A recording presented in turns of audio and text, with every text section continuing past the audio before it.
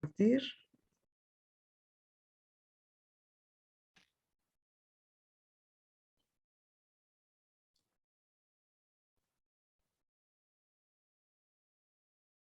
Estábamos viendo estas preguntas que se hicieron en relación a esa actividad que se hizo en Milán, Italia.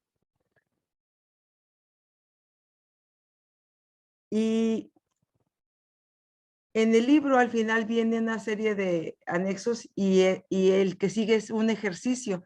Se llama análisis de valores, un esquema para el análisis de valores. Y viene allí un esquema dice, el siguiente esquema le ayudará a comparar y analizar los valores. En cada cuadro hay preguntas que orientan el sentido del cuadro. Viene allí una serie de esquemas para que nosotros lo trabajemos en relación a alguna situación específica. Ahí vienen las preguntas, qué es lo que se tiene que hacer, cómo se tiene que elaborar, etcétera. Y viene también un papel para que se dibuje el esquema y llene los cuadros según indican las preguntas. Al terminar, se podrán ver las distintas dimensiones de un solo valor y compararlo con otros valores. Es un ejercicio que viene ahí en el libro y lo pueden realizar de acuerdo a alguna situación particular. Viene también otro ejercicio que es sobre el aborto. El aborto es una de las cuestiones éticas más polémicas, la cual provoca razonamientos tanto en contra como a favor. Dice, lea los artículos acerca del proyecto de la ley para la legalización del aborto bajo ciertas circunstancias limitadas en Costa Rica. Claro está que los autores emplean tipos diferentes de razonamiento. Analice cada uno de acuerdo con el tipo de razonamiento moral e indique el sujeto histórico moral y la ubicación social del autor o la autora en cada artículo. Utilice la guía para analizar cada artículo y responda a la pregunta al final de la guía. Y luego vienen aquí, son 5 temas muy interesantes que hablan acerca de esta, es una propuesta de proyecto de ley para la legalización del aborto en Costa Rica. Es un proyecto de ley. Y vienen aquí 5 artículos, propuestas legales sobre la vida, un artículo de José Miguel Corrales, muy interesante, de veras está muy bueno. Cuando los lean se van a dar cuenta de cómo una situación, aquí es específicamente sobre el aborto, tiene tantas facetas, tantas dimensiones que hay que tomar en cuenta. Propuestas legales sobre la vida. Después, el respeto a la vida no tiene límites.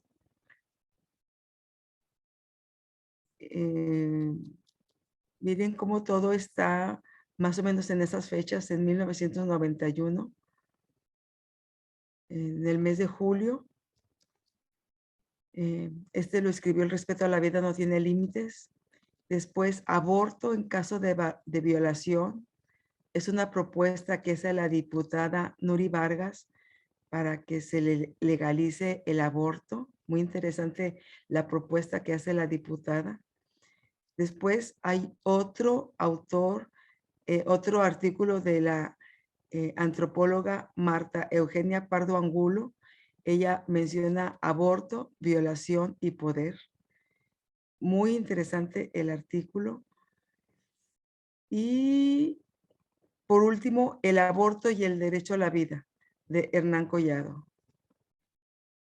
De veras, cuando los lean, yo se los recomiendo, nos van a llevar a situaciones, a aspectos, a circunstancias que muchas veces no tenemos presente, no los tenemos presente, pero es muy interesante cómo en estos 5 artículos se aborda esta problemática del aborto y cómo los autores defienden su postura, la presentan y la defienden, y es interesante leerlo, es muy interesante.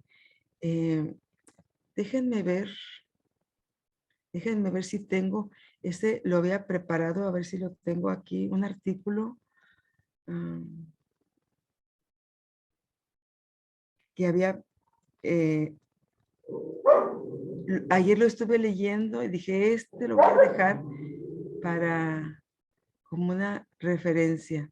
Ay, espera tantito.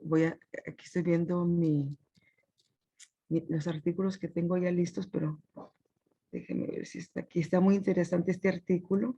Y bueno, es que como yo estaba leyendo lo del libro y son de 1991, dije, esto va a estar más actual. Un segundito, permítame, ya voy a ver aquí la bibliografía, un segundo.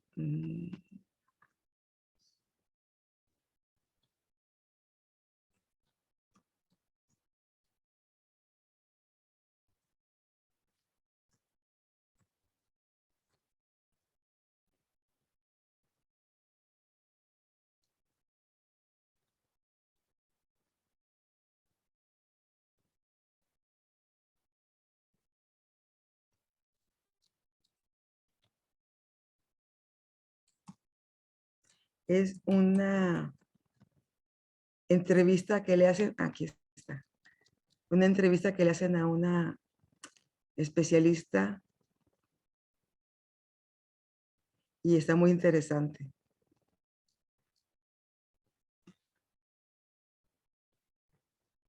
Se los voy a leer brevemente porque me llamó mucho la atención.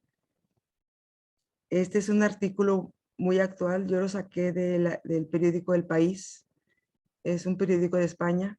Dice, la gente puede pensar que tenemos casi bebés en el laboratorio, pero son como un grano de arena, así se llama el artículo. Y nos habla de Marta Chavasi, es una de las mejores científicas españolas de su generación. Su interés se centra en los primeros días tras la fecundación humana, cuando una sola célula, producto de la fusión de un óvulo y un espermatozoide, se empieza a multiplicar para convertirse en una persona con 37 billones de células. Chavasi es la científica. Ella estudió biología en Madrid y luego se fue a la Universidad de Cambridge en el Reino Unido. Allí ella y su equipo ha logrado cultivar embriones humanos fuera del útero en una placa de laboratorio durante más tiempo que nadie.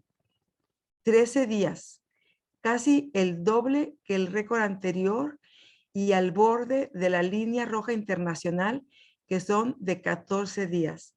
La bióloga y sus colegas han abierto una caja negra invisible hasta ahora.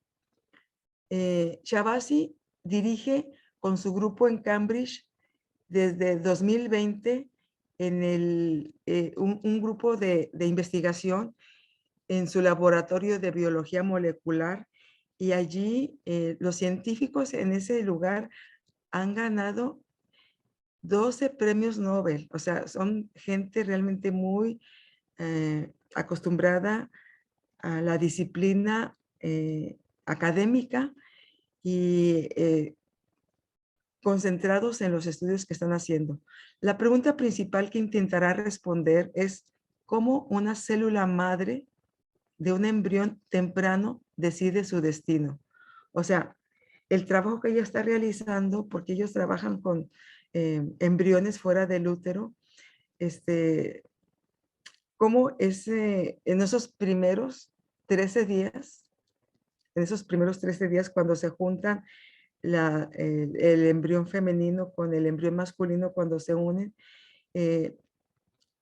cómo en ese temprano momento de la unión, una célula decide ser músculo, ser cerebro o ser hueso.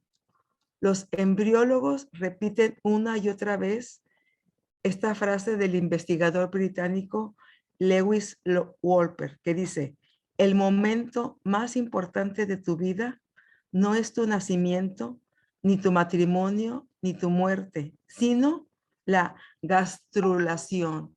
Gastrulación. Es un término que yo no conocía. Vean cómo nos enfrentamos a dilemas éticos nuevos cada día. Dice, tu momento más importante es la gastrulación. Esa etapa en la que el embrión empieza a convertirse en una estructura más compleja, 14 días después de la fecundación. Y ese es el trabajo de esta bióloga. O sea, ella está trabajando y con su investigación, dice, va a tratar de sacar una iluminación en este proceso. Dice, le hacen preguntas a ella. Señora Shabasi, ¿cree usted que un embrión de 14 días es un ser humano? Y dice, depende de lo que definamos como ser humano. Una de las razones por las cuales, desde el punto de vista filosófico, se decidió que el día 14 era un buen límite es porque hasta ese momento un embrión se puede dividir en dos y dar lugar a gemelos. Si hay alma en ese embrión, realmente no se ha decidido si serán dos almas o una. No hay un concepto de individualidad hasta entonces. El día 14 es cuando realmente se crea el concepto de individuo. Entonces,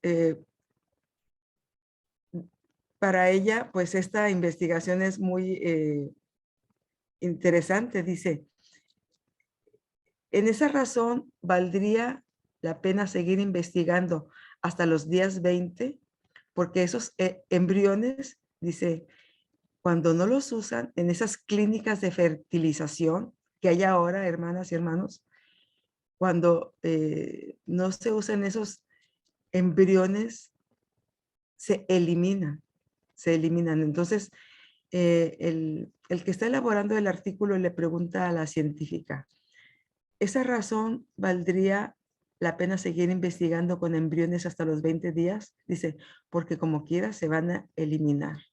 Y dice la científica, yo me sentiría cómoda estudiando un embrión más allá. Dice, yo no me sentiría cómoda estudiando un embrión más allá del día 20, que es cuando el sistema nervioso se empieza a desarrollar. Ya empezamos a pensar en cosas como, ¿tiene sentimientos? ¿Sufre el embrión? ¿Qué está haciendo ese sistema nervioso primitivo? No lo sabemos. Personalmente, entramos a una área gris.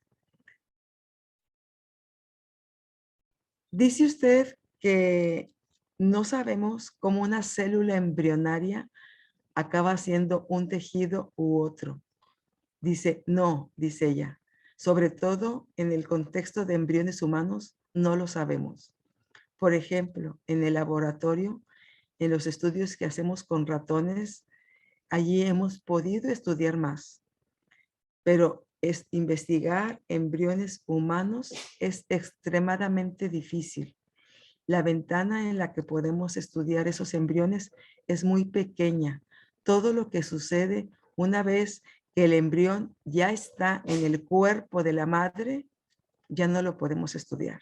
O sea, que prácticamente ellos sacan esa célula femenina, la masculina, la unen in vitro en un laboratorio, están observándola durante ese tiempo. Ella menciona que 13 o 14 días es lo más que la investigan porque después tienen que, a través de un mecanismo médico, de una técnica médica, introducir ese embrión ya fecundado al útero de la madre. Entonces, ya dentro del útero ya no se puede investigar. Entonces dice, el consenso internacional es no cultivar embriones humanos fuera del útero más allá del día 14.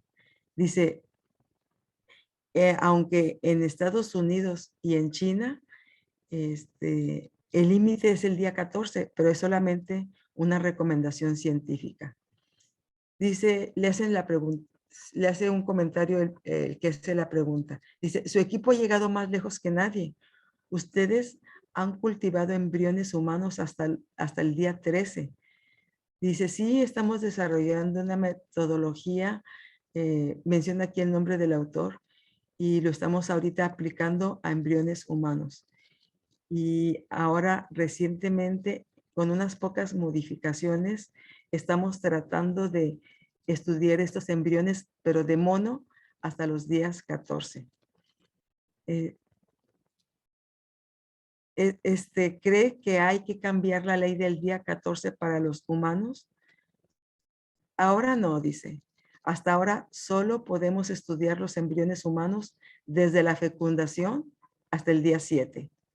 Y luego se implantan en el útero materno.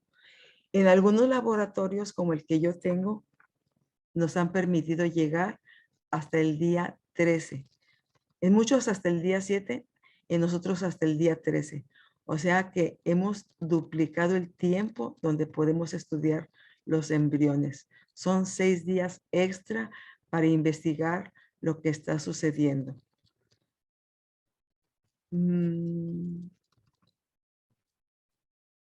¿Cómo planea entender la gastrulación? O sea, la gastrulación es cómo se van definiendo las células hacia los diversos tejidos en el cuerpo humano. Dice, ¿cómo planea entender la gastrulación sin verla? Últimamente se han desarrollado sistemas. La gente los llama embrioides. Se utilizan células madres embrionarias humanas o de ratón y con ellas se puede generar en el laboratorio una estructura parecida a la que ves en el embrión.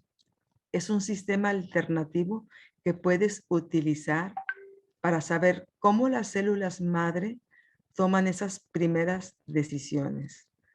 Entonces ellos trabajan con esos embrioides humanos y de ratón para saber cómo esas células en esa primera formación humana toman esas primeras decisiones para ser páncreas, para ser hígado, para ser corazón. Dice, sí, con esos modelos in vitro de embrioides humanos estamos haciendo esas investigaciones. Dice, usted ha escrito que un embrión de 10 días tiene un tamaño menor al de un grano de arena. Dice, me gusta hacer esas comparaciones porque la gente piensa que tenemos esos bebés en el laboratorio. Dice, pero no. Lo que realmente tenemos en el laboratorio son los estadios más tempranos de desarrollo. Son embriones pequeñísimos del tamaño de un grano de arena. Dice usted que hay que tener límites muy claros, límites éticos muy claros. ¿Están claros en el trabajo que están desarrollando? Dice no, no están claros los límites éticos. Pasa lo mismo con la investigación de los embrioides. Podemos utilizar células madres embrionarias para crear estructuras que parecen embriones humanos. ¿Cuáles son los límites? No lo sabemos. No están establecidos. Es una investigación tan nueva que todavía no hay límites establecidos. Es el momento de debatir cuáles deberían ser los límites en este tipo de investigación. Pregunta, en España se practican unos 100,000 abortos al año. ¿No es un poco cínico, dice, oponerse a la investigación con embriones humanos de unos pocos días? Porque todos los otros abortos, dice, pues son los niños los bebés que matan. Dice la científica, totalmente de acuerdo. En España también hay un problema muy grande de embriones sobrantes. Como hay tan poca investigación con embriones humanos, las clínicas de fertilidad no saben qué hacer con los embriones sobrantes. Sé que hay pacientes que querrían donarlos a la investigación, pero no hay proyectos a donde se puedan dirigir. Es una pena que se pierdan tantos embriones. ¿Cómo se elimina un embrión de unos días? Es la última pregunta. ¿Cómo se elimina un embrión? O sea, ¿cómo se acaba con una vida? Y dice la científica, normalmente lo fijas en una solución parecida al formol. Normalmente lo pones en una solución parecida al formol y ya no está viva. Lo puedes seguir observando. Eso es lo que nosotros hacemos con los embriones. Bueno, pues este es un artículo que me llamó muchísimo la atención sobre el trabajo de los embriones. Ella está trabajando cómo los embriones, su pregunta de ella es cómo esa célula humana en su estadía más temprana, más primitiva, cómo esa célula se divide y cómo unas células van a formar el cerebro, otros los huesos, otras células van a formar el sistema nervioso, etcétera. Ella está en ese proceso. Realmente son cosas, hermanos, que ni nos imaginamos que existen, pero cómo la ciencia ha llegado tan alto y lo que mencionaba ella, no hay definiciones éticas, no hay acuerdos todavía. Son investigaciones tan nuevas que no hay ética, no hay límites, vamos, perdón, no hay límites al respecto. Entonces, bueno, estamos con nuestro, nuestro libro y estamos ahorita viendo, voy a seguir compartiendo, estamos viendo cómo, pues, estos casos éticos, aquí viene en el libro, pero como esta de 1991, bueno, quise ver algo más actual y por eso les compartí esta entrevista con esta científica llamada, apellidada Shabasi. Bien, bueno, aquí viene en el ejercicio número 4 diversos casos éticos y nos pide que los resolvamos. Resuelva los siguientes casos éticos. Esté muy atento a los valores que usa y que apoyan sus argumentos y a su método de razonamiento. Y aquí vienen diferentes casos éticos, fíjense. Uno se llama comité de hospital. Se trata de que a un hospital llegó un riñón donado por una persona que acaba de morir, cumple todas las características del riñón para ser trasplantado y hay 4 personas. Es una mujer que no tiene recursos, es madre de 3 hijos, es un científico muy reconocido, sus estudios están dando mucha salud a las personas. Otro es una persona muy rica de la comunidad que ayuda, que tiene fábricas, que ha permitido que la comunidad tenga más beneficios. Y el otro no me acuerdo, pero son 4 casos donde la persona, el responsable de este asunto, tiene que decidir a quién le van a dar el riñón. ¿Usted qué haría? ¿A quién le daría el riñón? Está muy interesante. Es el comité de hospital y el trasplante de riñón. Y son 4 personas que son los que lo necesitan, que pueden recibir, que tienen los elementos necesarios para recibir el riñón, pero aquí es a quién se le va a dar. Esta también nos tocó en la época de la pandemia, cuando había pocos respiradores en los hospitales. Aquí lo vimos en México. A lo mejor no lo vimos en ese tiempo, sino ya después las historias que contaron los doctores, las historias que contaron las enfermeras y especialmente las historias que contaron los hermanos que vivieron en esas salas de emergencia donde no había suficientes respiradores y estaban en el dilema ético los doctores y las enfermeras de ponerle el respirador al anciano que tenía 70 años o al joven. Los dos estaban muriendo. ¿Quién tenía más derecho? ¿Quién tenía más privilegios? ¿Quién debía recibir el respirador? Realmente problemas éticos muy fuertes a los que se enfrentaron muchas personas en ese tiempo, en el tiempo de la pandemia. Bueno, y aquí el segundo caso es un joven que tiene un ministerio en la iglesia y se da cuenta que es homosexual. Se da cuenta que es homosexual y sigue asistiendo a la iglesia y le comenta al pastor que él tiene pues esa tendencia, esas inclinaciones, que él pues eh, considera que en esa condición él necesita de Dios, él necesita seguir asistiendo a la iglesia, él no quiere que le nieguen el acceso a la iglesia, que le gustaría estar asistiendo, le hace falta. Entonces, aquí el pastor pues tiene que decidir si lo va a dejar, si lo va a comentar a la iglesia, si van a dejar que asista o le van a cerrar las puertas a la iglesia. ¿Usted qué haría? Ese es el caso del joven homosexual y su asistencia a la congregación. El otro es sobre educación sexual y los anticonceptivos en la escuela.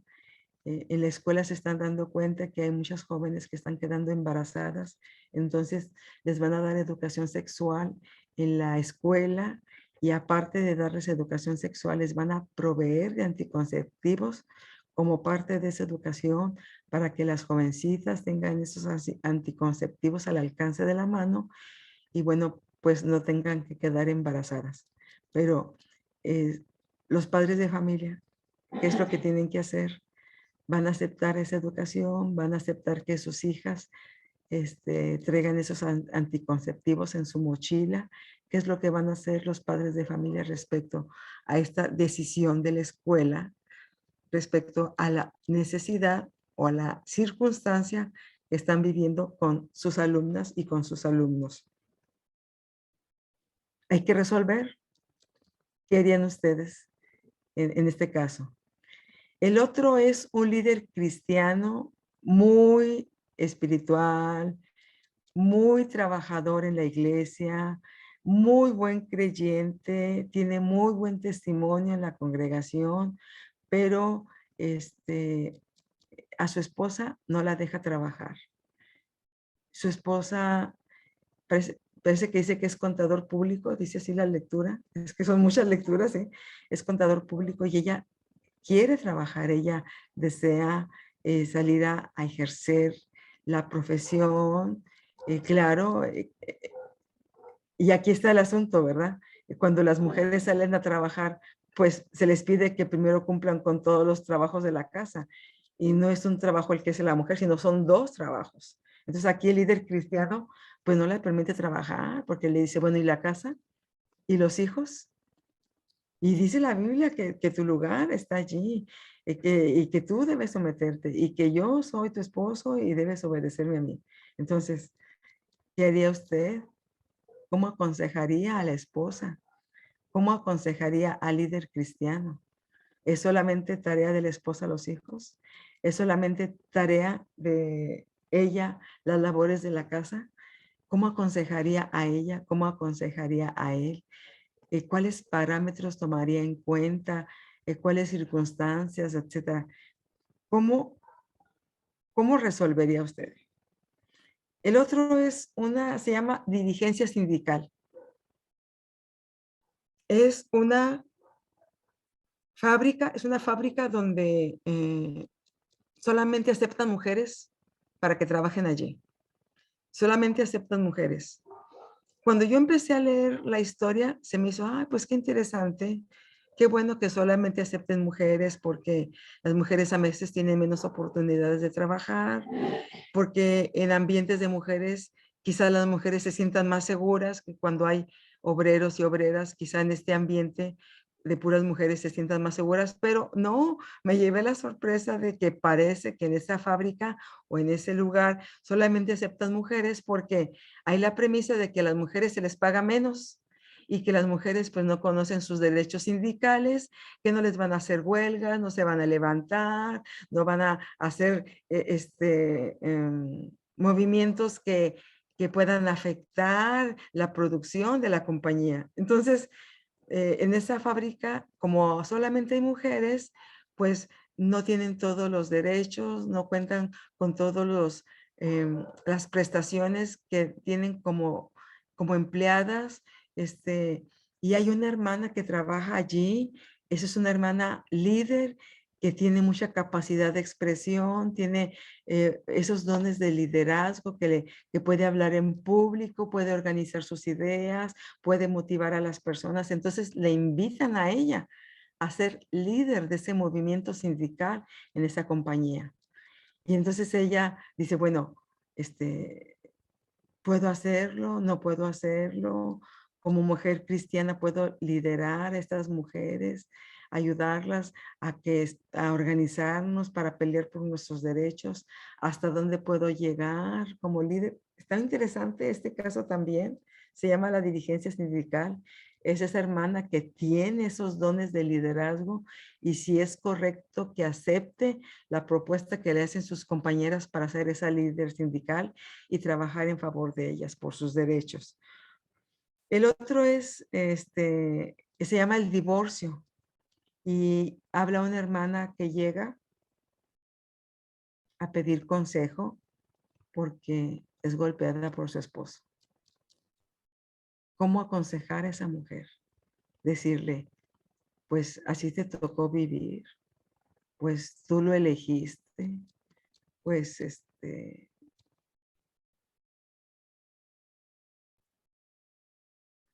a veces le decimos, pues vamos a hacer oración. Y no está mal que se haga la oración, pero ¿qué más? ¿Qué más? Porque la hermana no está siendo, en el caso que nos dicen aquí, no está siendo amenazada, no, ya está siendo golpeada. Está siendo golpeada por el esposo. ¿Cómo acompañarla? ¿Qué aconsejarla? ¿Qué es lo que le tenemos que decir? ¿Se les va a sugerir que se divorcie? ¿Cómo vamos a ayudarle a la hermana a decidir sobre su situación personal que está viviendo? Está muy interesante este caso también. Y puse más, no sé, todavía hay más. Es que les digo que son muchos y nos lleva a pensar. Y aquí el asunto es que hay que resolver cómo haríamos nosotros, qué aconsejaríamos, cuáles son las ideas, fundamentos que tomaríamos en cuenta, qué principios. Aquí se llama la invitación, la que sigue. Es una chica, estudiante, creyente, muy inteligente, se ha ganado por su esfuerzo, por su estudio, por su dedicación, se ha ganado una beca en una escuela con mucho prestigio. Y entonces ella ha estado muy bien en todas sus calificaciones, pero empieza a recibir invitaciones un poquito peligrosas, donde involucran sus principios éticos de la estudiante. Entonces ella se ha estado negando, constantemente se ha estado negando a esas invitaciones que la invita, se acerca con ella, la invita a comer, la invita a salir a diferentes lugares y ella se ha estado negando, se ha estado negando. Pero entonces, en el último examen, ella estudia concienzudamente, sabe que el examen lo pasó, sabe que lo pasó porque ella contestó bien, pero cuando le dan su examen a revisar, varias preguntas correctas se las calificaron como incorrectas, se las calificaron. Y cuando ella va a revisión de su examen con el maestro, le dice, bueno, esto lo podríamos arreglar. Te invito hoy en la tarde para que me acompañes a tomar un café. Yo creo que lo podríamos arreglar. Ella está en la disyuntiva de aceptar la invitación del maestro y que su beca no se afecte, porque si ella baja su calificación pierde la beca, o no aceptar la invitación del maestro. ¿Cómo resolver en estos casos? El final de la vida se llama otro de los ejercicios. Es desconectar a un joven en estado de coma. Es un joven de 17 años, tuvo un accidente en motocicleta, quedó en estado de coma. El diagnóstico no es bueno. Si él despierta, va a quedar en un estado vegetal. La familia tiene la decisión de dejar al joven o de desconectarlo. No sé si hayan vivido estos casos, hermanos. Aquí en Texas, a mí me tocó visitar a una madre de familia eh, hace como 14 años, 15 años. Ella estaba en el templo un sábado por la tarde. De repente a esta mujer casada con hijos pequeños le dio un dolor muy fuerte en su cabeza, muy fuerte, al grado que le tuvieron que hablar a la ambulancia. Se la llevaron, eh, ella quedó inconsciente y quedó inconsciente más de 15 años. Quedó inconsciente más de 15 años. A mí me tocó ir a verla. eh,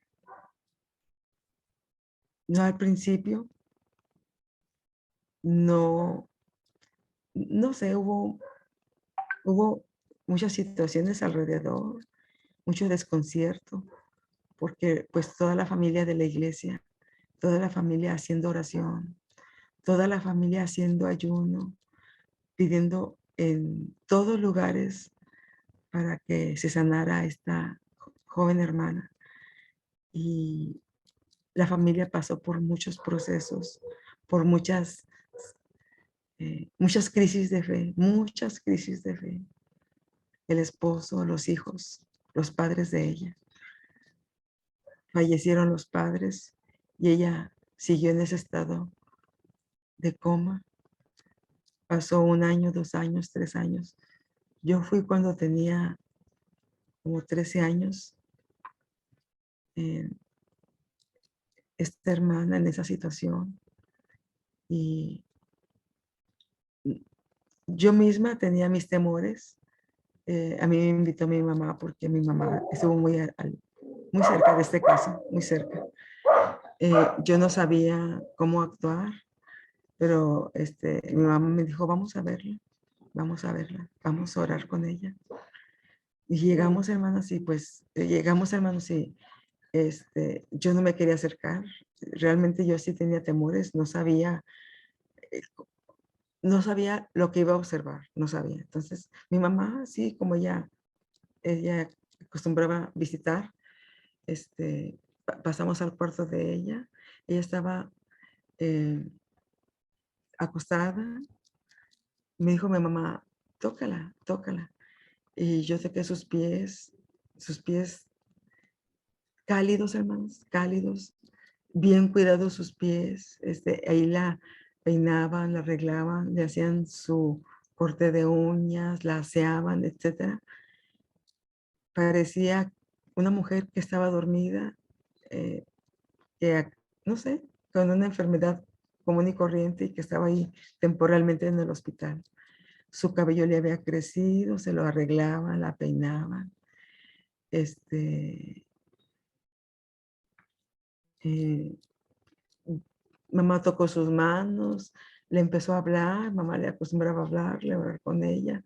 Yo les digo, yo sentía, no estaba acostumbrada, sentía mis temores. Yo lo único que hice fue ponerme a los pies de ella y empecé pues a tomarle sus pies. Y mi mamá empezó a orar y mamá terminó de hacer la oración y pasó algo que realmente yo sí me sorprendí porque cuando terminó la oración ella abrió los ojos, pero era algo que se hace inconscientemente porque mi mamá le habló a la enfermera, le dijo, mire, y dijo el nombre de la hermana. Abrió los ojos y dijo a la enfermera, sí, hijo, es algo que se hace inconscientemente, dice, no, no actúa el cerebro en estos casos, dice, es algo inconsciente, instintivo. Entonces, la enfermera se los volvió a cerrar. Por cierto, sus ojos ya no tenían color, hermanos, ya no tenían color. Ella, cuando yo la conocí en vida, pues tenía los ojos café oscuro. Y ahorita cuando se los abrí en ese momento, ¿verdad? Que yo estaba frente a ella, pues se veía muy transparente la pupila. Entonces, qué tremendo, hermanos, bien fuerte. O sea, aquí yo les pongo el caso, desconectar a un joven en estado de coma, sí, no. ¿Por qué? Eh, la familia finalmente falleció esta hermana. Parece que pasaron 16 años en ese hospital. Falleció esta joven mujer. Crecieron sus hijos, se hicieron adolescentes y jóvenes, pero estaban allí constantemente, estaban allí acompañándola. Por ella, con la idea de que algún día despertara, y también por ellos. Necesitaban estar cerca de su madre. Bueno, aquí no lo presenta como historia, yo lo viví en la vida real. Y es muy fuerte, todavía no se me olvida. Y ya eso ya pasó hace como 5 o 6 años. Bueno, pues difícil, hermanos, difícil estos casos de la ética nos confrontan. Aquí viene libertad de expresión, o sea, en una comunidad hay un terreno, hay un cine que se cerró el cine, entonces llegan unos inversionistas y quieren hacer un cine pornográfico. Entonces la comunidad le dice, no, no, no, porque aquí somos cristianos, ¿cómo van a poner ese cine pornográfico? Y dicen los inversionistas, claro que sí, es libertad de expresión, ¿por qué no? Nosotros también tenemos derechos, nosotros queremos invertir en esto y queremos hacerlo aquí en este lugar. Entonces, ¿sí lo van a dejar construir? ¿No lo van a dejar construir? Y luego viene otro lado, viene en otro sentido, también se llama libertad de expresión 2. Es una comunidad, es un cine que se acaba de cerrar, es un cine que se acaba de cerrar, entonces llega un pastor y llega su comité y quieren comprar ese cine para hacer ahí un templo pentecostal. Y entonces la comunidad es católica y no los deja tampoco. Dice, no, aquí no. ¿Pero por qué no? Es que aquí somos católicos. Dice, ¿pero qué tienen? Nosotros también somos cristianos. No, dice, pero es que ustedes son pentecostales y ustedes hacen mucho ruido y no queremos que vengan a de alguna manera intervenir en la paz que tenemos en nuestra comunidad, en nuestra colonia. Entonces dicen los de la comunidad, es que nosotros no queremos que estén y nosotros tenemos derecho a externar nuestra opinión. Tenemos libertad. Y luego dicen los hermanos pentecostales, nosotros también tenemos derecho y también tenemos la facultad de expresar la libertad que tenemos. Y hay libertad de expresión. Y ustedes no se pueden negar a que aquí haya un templo pentecostal. Entonces, están estas confrontaciones, hermanos. Primero un cine pornográfico en una comunidad cristiana y luego en el mismo lugar un templo pentecostal en una comunidad católica y llega a haber esos enfrentamientos. Hay más lectura y ecología, un pantano que está ahí lo van a limpiar y van a construir ahí casas para familias pobres, pero si hacen eso, pues se van a morir todos los animales que haya en ese hábitat, se va a afectar ese hábitat y se va a asistir el sistema hidrológico y también las familias que ya están allí, pues se van a afectar, no van a tener agua. Entonces, sí a construir las casas para familias para pobres o no y conservar ese hábitat y que se conserve ese sistema hidrológico, sí o no. Construcción de una autopista en un pueblo, quieren construir una autopista que pase por el centro de ese lugar, pero van a tener que remover casas y negocios para hacerlo. Y unos están a favor porque va a traer más recursos para la ciudad. Esa autopista va a hacer que más gente llegue y que pueda generar más oportunidades de crecimiento. Pero otros están en contra porque van a quitarle sus casas, van a quitarle sus negocios que tienen ahí mucho tiempo. Lo que les van a pagar no va a ser suficiente para que ellos puedan hacerse de casas. Entonces, si se construye la autopista, no se construye la autopista. Casos éticos en los que hay que resolver. Y luego viene aquí proposiciones para un debate. Estos se hicieron en el 2004. Quise yo aquí poner el año para que porque aquí se va a tratar de que ustedes digan sí o no, sí o no, pero quise poner el año para que vean cómo algunas cosas en el 2022 ya son diferentes. Estamos viendo desde un diferente punto de vista. Bueno, analice las siguientes proposiciones. Conteste con un sí o con un no o un depende. Explique y justifique su respuesta. ¿Cuáles son las preocupaciones éticas o morales en cada caso? ¿Por qué son preocupaciones? ¿Cuáles son los fundamentos de su respuesta y argumento? ¿Cuáles son? Aquí está la primera. Van a decir sí o no o depende. Hermanas y hermanos, ¿se debería permitir el matrimonio entre personas del mismo sexo? Sí, no, depende. ¿Se debería permitir que se casen personas con retraso mental? Sí, no, depende. ¿Se debería permitir que las mujeres menores de edad o no casadas tengan acceso a los anticonceptivos? Sí, no, depende. ¿Se debería legalizar el uso personal de drogas como la marihuana y la cocaína?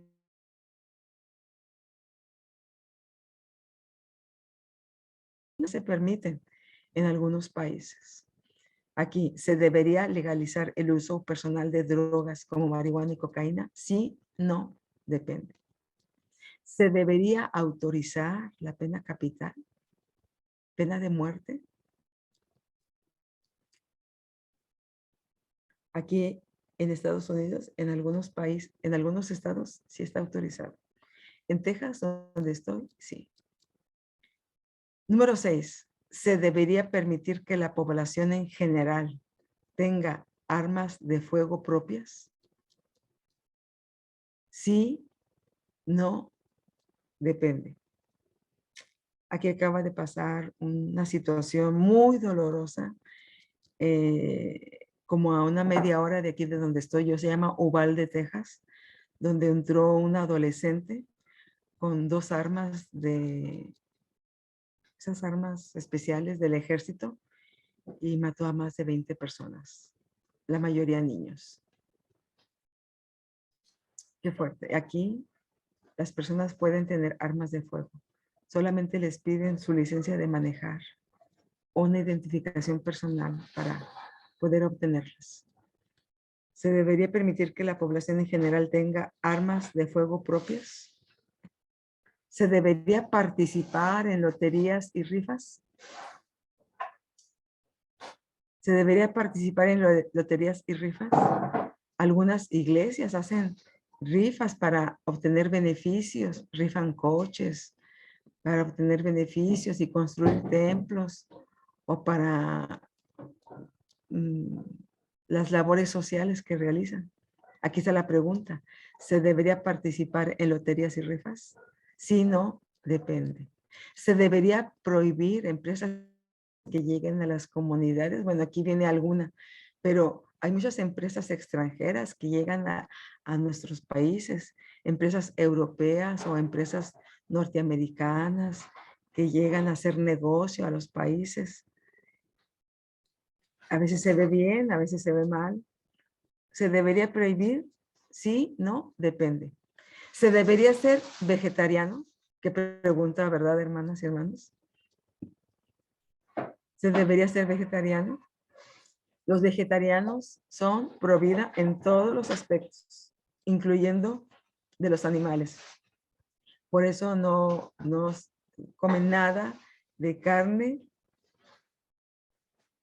ni de derivados, de animales, crema, quesos, etc. ¿Se debería ser vegetariano? ¿Se debería participar en las Fuerzas Armadas? Sí, no, depende. ¿Se debería permitir las relaciones sexuales prematrimoniales? Sí, no, depende.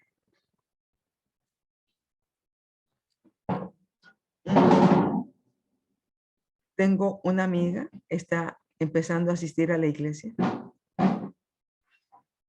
Ella me dijo, respecto a este caso, dijo, mira, los jóvenes como sea, tienen relaciones sexuales prematrimoniales. Las tienen.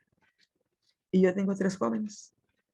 Y yo, de que se vayan a un lugar a correr riesgos, a poner en peligro su vida o su integridad, prefiero que vengan aquí a la casa, en su cuarto. Yo lo prefiero, dice. Es su punto de vista de una persona que está empezando a asistir al tema. ¿Se debería permitir las relaciones sexuales prematrimoniales? Sí, no, depende. ¿Se debería prohibir la manufactura de utensilios de plástico? Ya comentábamos hace rato el problema de la basura, el increíble problema de la basura, increíble. Miren, estaba diciéndoles que en Monterrey tenemos problemas de agua y no había llovido y queríamos que lloviera. Le estábamos pidiendo al Señor que lloviera. Se hicieron varios cultos. Muchas hermanas se pusieron a promover a través de las redes proyectos de oración en favor de que lloviera, de que lloviera, de que lloviera. Bueno, la semana pasada llovió. Suficiente. Suficiente para que la presa de La Boca, que está como a 15 minutos saliendo de Monterrey, que estaba seca, que tenía, no sé si un 0.6%, tuviera ya una cantidad razonable de agua. Bueno, llovió suficiente, pero el problema es que en la ciudad la lluvia causó un descontrol increíble. Se levantó el agua, se metió a las casas, dañó muchas propiedades, muchísimas las dañó. Los coches se dañaron porque se metió el agua. El problema fue la basura. Tiramos tanta basura en la ciudad que todas las alcantarillas estaban tapadas. En vez de que lloviera el agua y se fuera por el drenaje, se quedaran las calles limpias, no. Se levantó el agua, muchísimo se levantó, entró a las casas, entró a los coches, causó muchísimos daños en la ciudad. Entonces, por un lado estábamos muy agradecidos con Dios por la lluvia y por el otro muy molestos con nosotros con la basura que tiramos en la calle.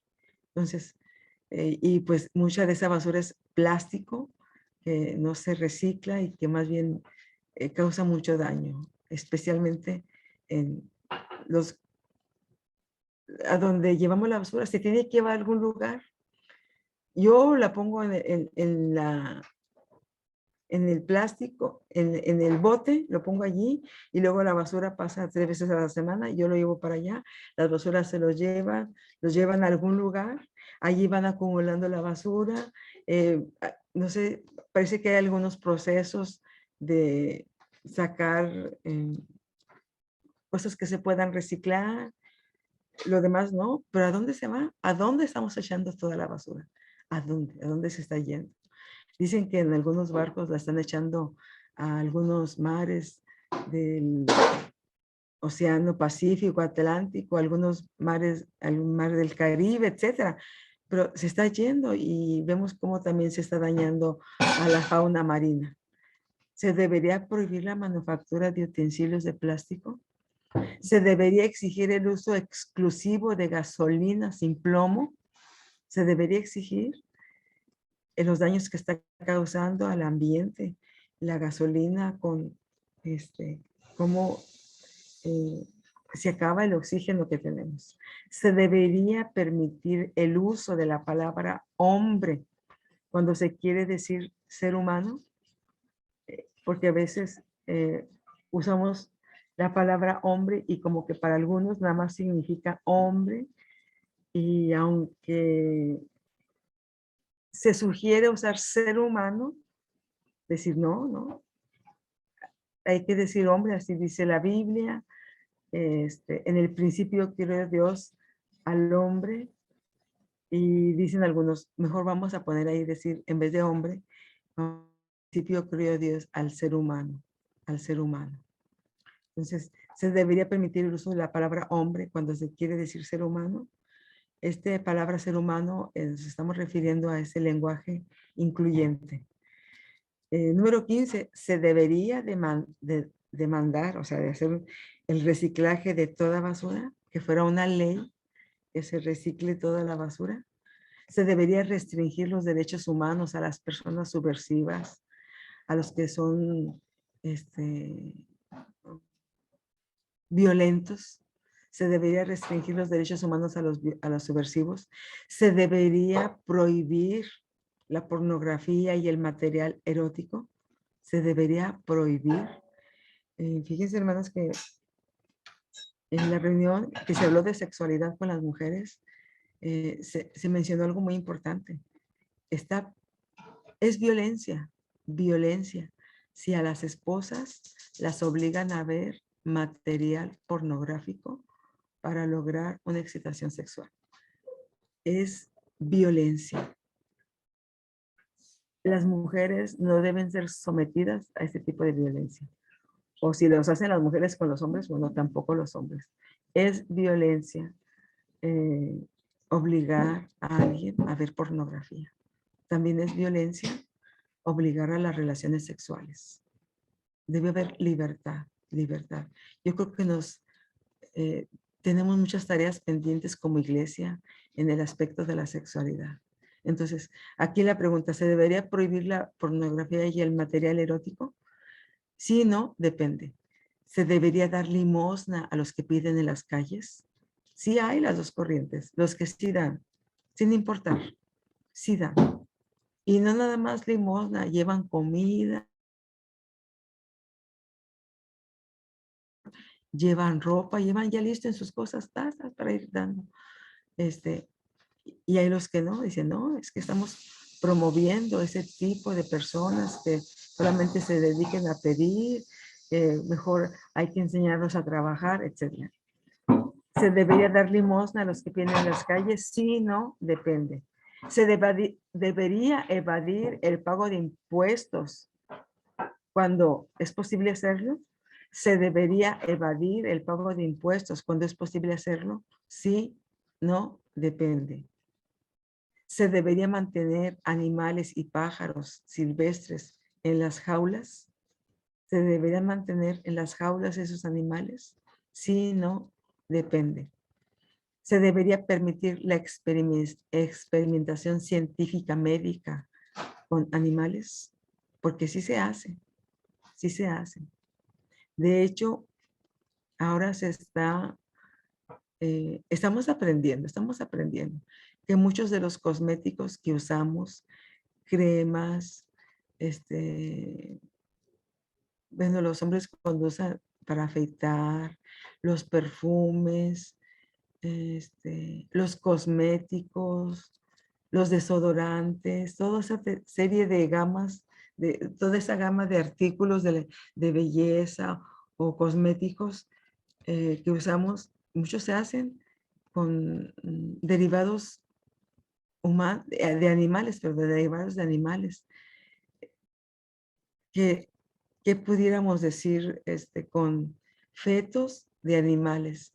Dicen que con eso se fabrican algunas cremas de regeneración para evitar las, ¿cómo?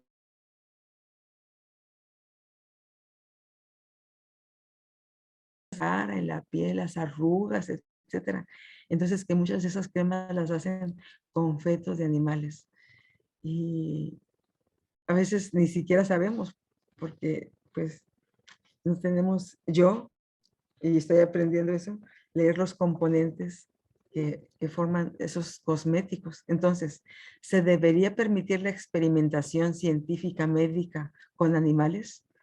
Bueno, el artículo que les leí ahorita, hermanos, esa es una experimentación científica con embriones humanos, con embriones humanos. Y como vemos, eso se está permitiendo. Hasta el día 7, en muchos países, y en Estados Unidos y China hasta el día 13. Su respuesta es, ¿se debería permitir? Sí, no, depende. ¿Se debería prohibir la experimentación científica con seres humanos? Sí, no, depende. ¿Se debería discriminar entre los sexos para ciertos tipos de trabajo? se debería discriminar entre los sexos. Las mujeres, esta línea de trabajo, los hombres, esta línea de trabajo. Si se puede, no se puede, depende. Se debería impulsar una economía basada en la exportación, solamente que haya progreso, que haya beneficios económicos con la exportación, donde todas las cosas buenas que haya en la región o en la ciudad se tengan que vender, que no se quede nada bueno para la ciudad, sino que todo se tenga que vender y con esos beneficios o esas ganancias que haya una economía solamente en la exportación. Se debería despedir a un empleado que no cumpla bien con su trabajo. Sí, no, depende. Se debería adquirir una máquina que sustituya el trabajo humano para poder aumentar la ganancia. En muchos lugares ya se están utilizando las máquinas para sustituir a las personas. En México ya hay menos cajeros, personas, hombres y mujeres, en los bancos y ya hay más cajeros electrónicos. Antes eran 10 cajas y había 10 personas colaborando allí, hombres o mujeres. Ahora no. Ahora hay 10 cajas o más y solamente 3 o 4 personas orientando a los demás cómo utilizar el cajero, cómo utilizarlo, ya sin la ayuda de esas personas. Muchas máquinas están sustituyendo ahora el trabajo humano y esa situación ha causado también desempleo, que muchas personas ya no, pues, ya no tengan esas fuentes de trabajo. ¿Se deberían adquirir máquinas para sustituir el trabajo humano? Sí, no, depende. ¿Se debería prohibir el uso de cloro en los productos de limpieza? Ahora estamos viendo, hermanas y hermanos, bueno, la pandemia nos enseñó muchas cosas y nos dejó cosas buenas también. Ahora a ver cómo conocemos muchas cosas a través de videos en las redes sociales. Y una de las cosas que yo aprendí es que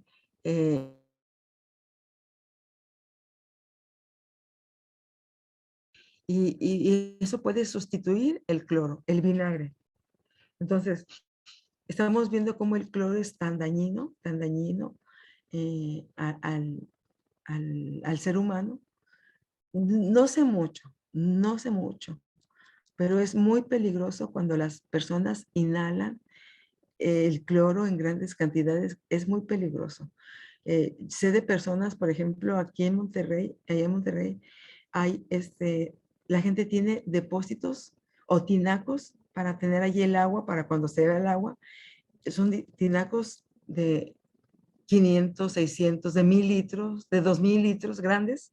Entonces, a veces, cuando hay que lavarlos, cuando hay que darles esa limpieza, se hace a base de cloro. Y entonces llegan las personas, se ponen adentro de esos contenedores tan grandes, altos así, yo creo cabe una, dos, tres personas a veces, y está la persona limpiándolo. Y cuando ponen cloro, se han llegado a intoxicar las personas, porque es muy dañino. Y algunas han llegado a morir. Entonces, se debería prohibir el cloro en los productos de limpieza. Si no, depende.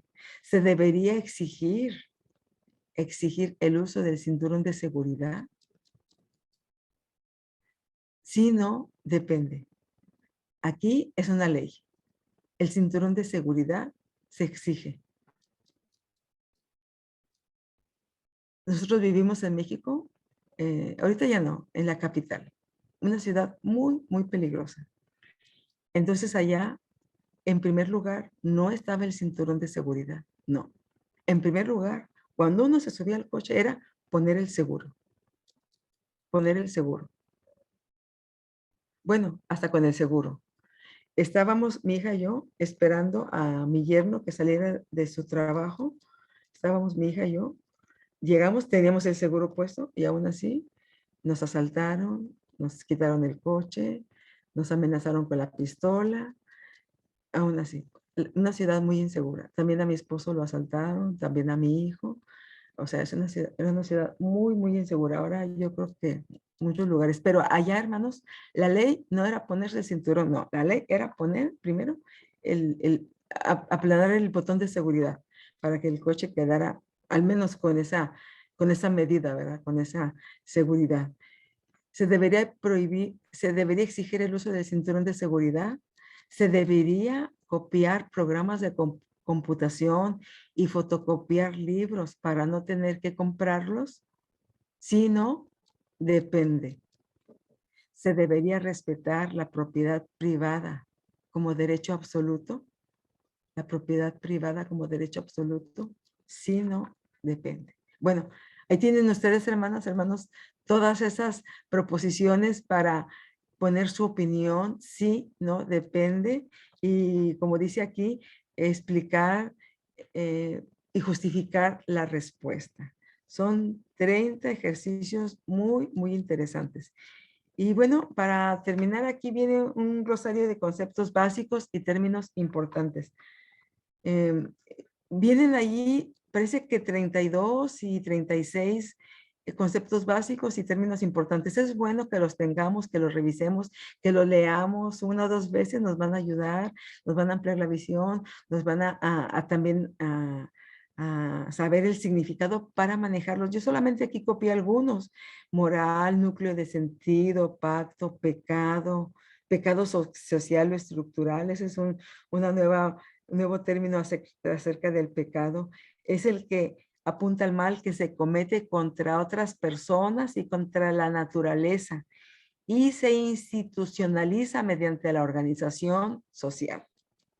Por ejemplo, un pecado estructural sería eh, la autorización de gasolinas contaminantes. Ese es un pecado estructural porque se autoriza a nivel estado, a nivel país. Se sabe que causa un daño, se sabe, aún así se autoriza, y la gente, como necesita moverse, necesita usar sus coches, muchas veces, como es la más económica, es la única que pueden comprar. Entonces, ese es un pecado social, un pecado estructural, el que viene desde arriba, desde las autoridades, desde las instancias de poder.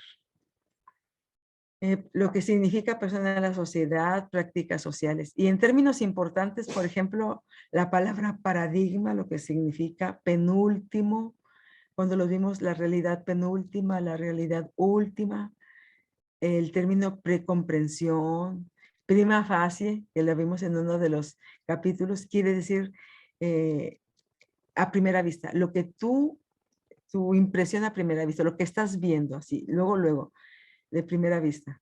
El término racional, el relativismo, significa una relación entre dos o más cosas de forma tal que no hay una única postura o conclusión absoluta o independiente.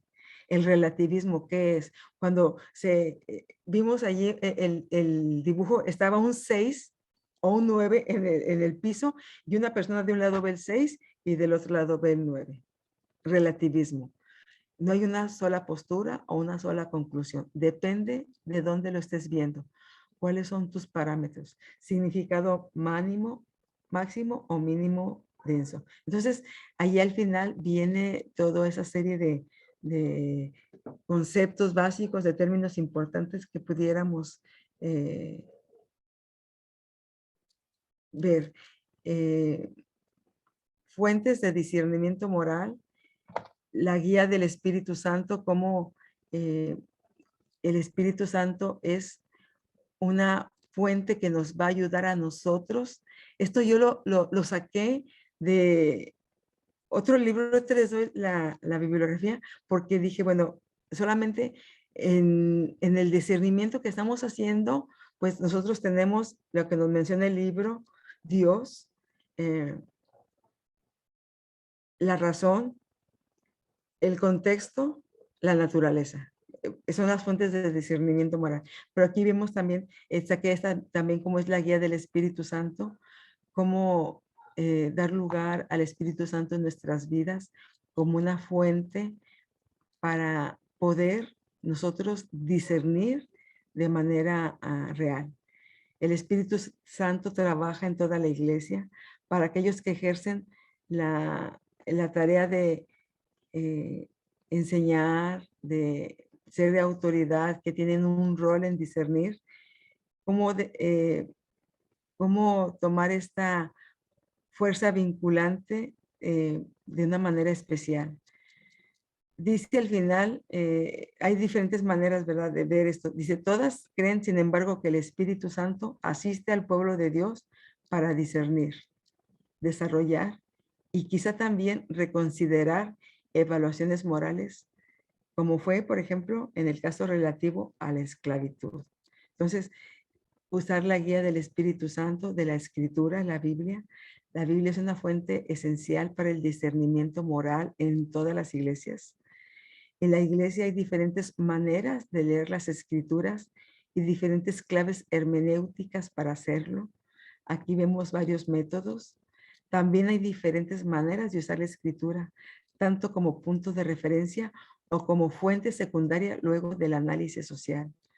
Por ejemplo, las maneras en que la Biblia, la Escritura es usada en relación a las cuestiones de discernimiento moral. Incluso en algunas iglesias y en otras no son la misma. Aunque todas las iglesias están de acuerdo en ver a las Escrituras para obtener sabiduría en asuntos de moral y de ética, no todas las iglesias llegan a las mismas conclusiones respecto eh, a un tiempo. Por ejemplo, un caso en México es el uso del velo. En México, el uso del velo en la mujer en los cultos todavía es un acuerdo conciliar, todavía. Y vemos que en otras iglesias no es de esa manera. Hay otra manera de interpretar. Entonces, aunque tengamos la misma Biblia, muchas veces las conclusiones no son las mismas. Depende de las circunstancias, el contexto histórico, político, social, etcétera. Muchos elementos que intervienen. El otro elemento en nuestra decisión es la tradición. La tradición se refiere a todo aquello que ha entregado. Tradición se define en el Evangelio, se define como el Evangelio en sí, transmitido de generación en generación y por la iglesia. Cristo mismo presente en la vida de la iglesia. En letra minúscula, la palabra tradición fue definida como el proceso de entrega de las creencias y prácticas comunitarias, lo que una generación entrega a la otra respecto a las creencias y a las prácticas. Finalmente, tradiciones se definió como las diferentes denominaciones o tradiciones confesionales. En consecuencia, aquellas iglesias que reconocen a la Escritura como la única fuente para la vida cristiana pueden acordar de que ellas también usan cierta tradición o autoridades del pasado, especialmente de su propio pasado confesional, para consulta durante el proceso de interpretación de la Escritura. Bueno, aquí vimos cómo entonces el Espíritu Santo, la Escritura y la tradición son fuentes de discernimiento moral en las iglesias, y el artículo que vi se llama así, Discernimiento Moral en las Iglesias, elaborado por el Consejo Mundial de Iglesias. Bueno, pues ya, ya no va a haber tiempo, te vea también esta reflexión de Jesús y Bartimeo, pero aquí vemos cómo Jesús, en esta cita de Marcos del 46 al 52, Jesús utiliza esa ética de responsabilidad en favor de los excluidos. Es una ética personal y social al mismo tiempo, porque los ciegos, los enfermos, eran los marginados, los que no tenían derecho a estar a veces ni con la ciudad, ni en la ciudad, ni con su familia. Tenían que estar en otras ciudades para también evitar que la gente sana se enfermara. Entonces había como esos lugares especiales para ellos. Pero Jesús va hasta allá, va hacia donde están los enfermos, los excluidos, los marginados, y Jesús interviene a favor de ellos. Como Jesús siente empatía por los necesitados. Jesús lo siente. Eh, el hombre grita para expresar su necesidad. Jesús lo oye y va y le atiende a la necesidad y le regresa la vista. Bueno, pues ya en otro tiempo reflexionaremos, traía todo el documento, pero vamos a respetar también los tiempos. Les agradezco mucho su asistencia, les agradezco mucho los que hacen el esfuerzo de conectarse ahorita y los que van a ver la clase también después. Deseo que puedan contestar estas cuestiones, todos estos dilemas éticos que aparecen al final del libro y que vaya siendo un ejercicio para empezar a poner la ética de Jesús en las situaciones de la vida diaria. Muchas gracias, hermanas y hermanos. Dios les bendiga. Que tengan ustedes un bendecido fin de semana. Paz. Bueno, muchas gracias por esos deseos y gracias por todas estas clases que nos ha estado compartiendo. Han sido muy, muy edificantes. Realmente, bueno, deseo bendición para usted, para su vida, para su familia y también que tenga un tiempo de bienestar ahí con su madre y que pase lindos esos momentos, ¿sí? Abrazos y bendiciones para todos. Muchas gracias, hermano Dante. Dios le bendiga mucho también.